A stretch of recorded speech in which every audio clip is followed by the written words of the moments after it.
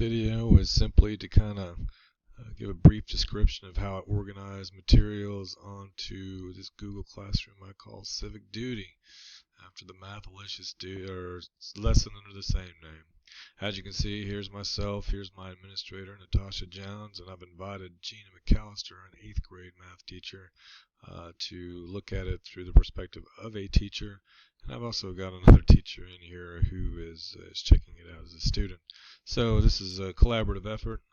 As you can see, it's easy for everyone to kind of get in and muck around and take a look at things. But this is kind of the culmination of everything I've done this year, and I'm kind of happy with the way it turned out. So I began creating this post right up here. It's at the top, and it's for teachers. So if you're a teacher and you're checking this out, feel free to get involved. One of the reasons why I really like these Mathalicious lessons is because every time I'm in a class, it just bores me to death, or I think that I'm in a class that just bores me to death. Well, I'm always brought back to chlorophyll, well, more like borophyll. This guy's a genius. But, hopefully with this math lesson, you'll, or hopefully, I don't know, hopefully a lot of things, right? Here's a quick video outline that I made before, but I don't think I'm going to go with that. I wrote this up, and I put it on my Google site. These are just kind of rough ideas moving me towards a finished product, hopefully.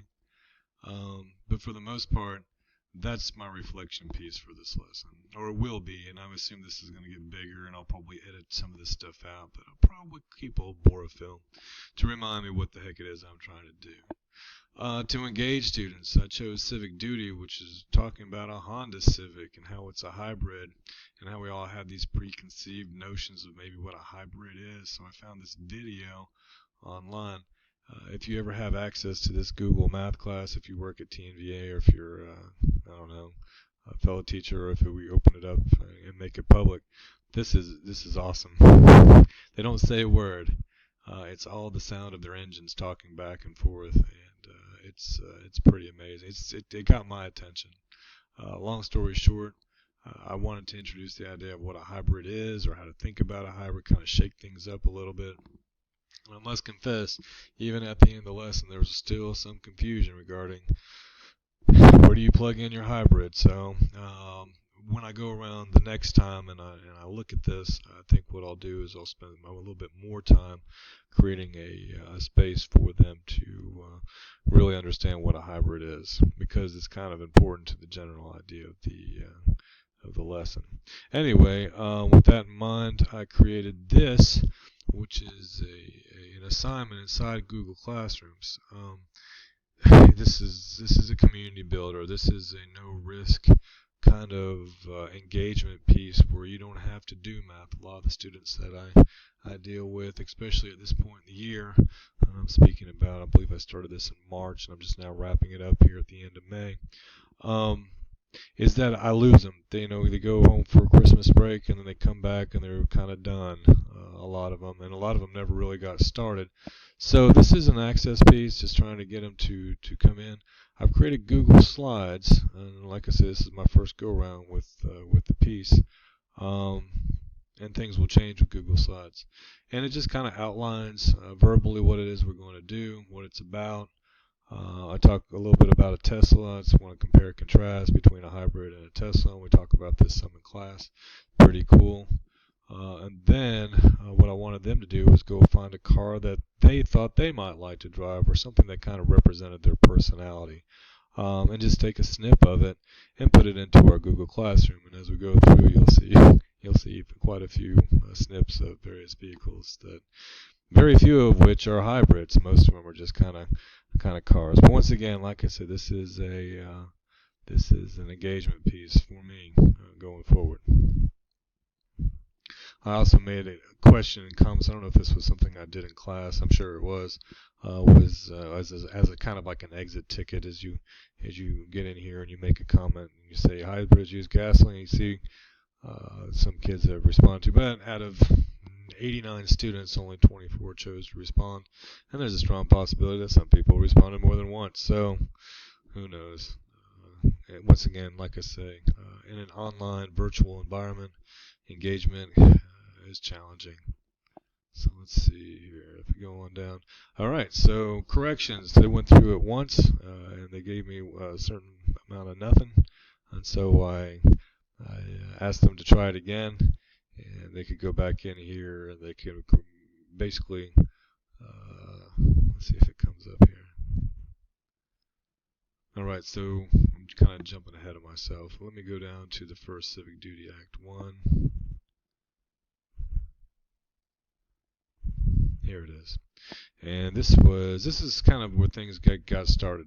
Well, one of the challenges I face as an online instructor is that I have a whole hour to fill.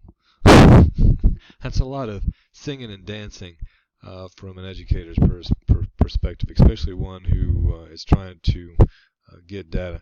So what I did is I created this little video, and it explains the assignment in a nutshell. I encourage anyone to take a look at this, and heck, if you can create one that's better, or you can do it in a way that's faster. I managed to do it in 6 minutes. I'm always trying to keep my time short. I know you're probably looking at the bottom of the feed saying, "Oh gosh, it's only 14 minutes in."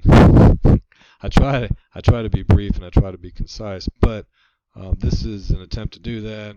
Students who miss the class or want to engage with this activity, all they have to do is watch this video and check out these slides, and I just go through step by step what it is that I expect for them to be done. And by the way, I took a picture of my sister's tattoo because she has this really cool Honda Civic tattooed on her forearm. Kids really seem to enjoy tattoos these days. So this is the first page. I've got directions on the slides. Once again, I've got a video that corresponds with these slides, and I'm just taking them through it step by step. This is where they have to fill out the first set of calculations, right? And this is where things get a little bit hairy. A lot of students are able to do this, but a lot of students are not. And what I found later on, or what I learned later on, a good way for me to start communicating with them. I haven't really put this in complete practice yet. I've gotten some responses, but just make a comment. If you just make a comment, it's like, where is your work? Or I can't even type today. Let's see. Where is your work? I can send that back to them, and we can begin a dialogue between students. Like, oh, my work, I forgot to do that. Now let me put it in there. Oh, wait a minute, these calculations are incorrect. If you don't get these calculations correct, then oh goodness, it's going to be very difficult for us to move throughout the assignment. Now, don't get me wrong, we cover this assignment in class. There's a specific time. It's a whole hour. A lot of you probably have experience with Class Connects or D2L, where you all come into a room and we work off PowerPoints, but not off the computer screen, and they can engage the material. We can talk about material and get feedback, instantaneous, real time, etc., etc. But for whatever reason, like I say, engagement is incredibly difficult to achieve, and especially with 12-year-old kids. A lot of them, it seems like, are kind of left to fend for themselves. I put in a little bit of extra credit. I created this one just because I thought these answers came out too nice and too neatly. I thought it'd be fun just to give them one with a rational number or a decimal to kind of blow their minds a little bit, or just see if they can use their calculators correctly. This question, we gave them feedback on this. Once again, I gave them comments and whatnot, and there was some dialogue back and forth about what's going on with this question. What did you miss? What's that?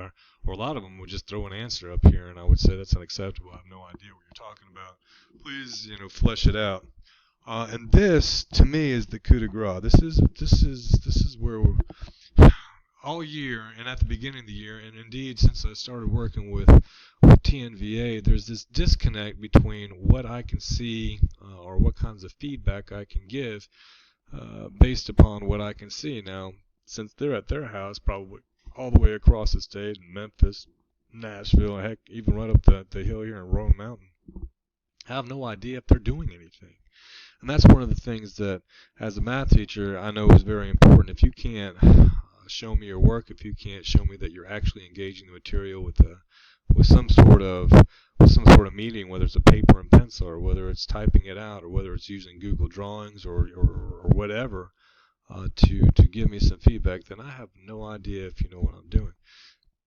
this is where I'm trying to, this is an attempt to create a space where the student and I can have a conversation through comments and even me, putting stuff up there, um, in an attempt to correct, I don't know, misinformed thinking, or to kind of prod them along as opposed to just giving them the answer in class, right?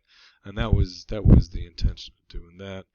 Here's another example of a question they had trouble with, and what I would like to do, and what I think this does for me, and what I think this would do for a lot of online teachers, or even just teachers in general.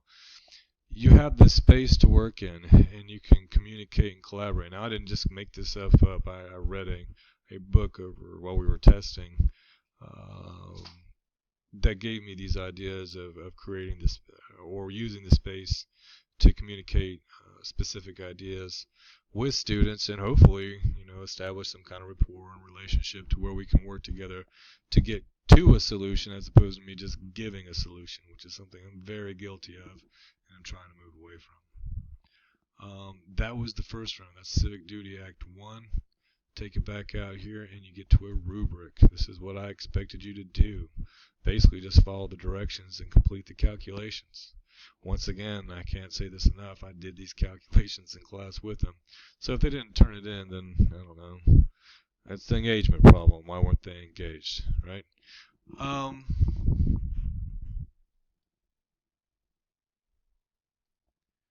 think as far as setting, okay, so there's a couple other things I'd like to point out. One of the things I'd like to show you, or just talk about now. I'll create another video for Khan Academy. But, one of the things that I wanted to do was create a situation where I could get some data as far as just calculations. To me, mathematics is kind of a two-pronged assault, or mathematics education is a two-pronged assault. And that on the one hand, I want them to be able to practice specific calculations, say things that they have to do that are difficult, and the numbers come up, and it's many steps, the stuff that 7th grade math standards are designed to address, as well as create an environment where we actually use those same kinds of skills to do real work in the real world. So, with that being said, I think Khan Academy is an excellent medium for establishing a platform between student and teacher where they can work more or less independently on things, but I can track and recommend and stuff like that. But I'll get into that with another video.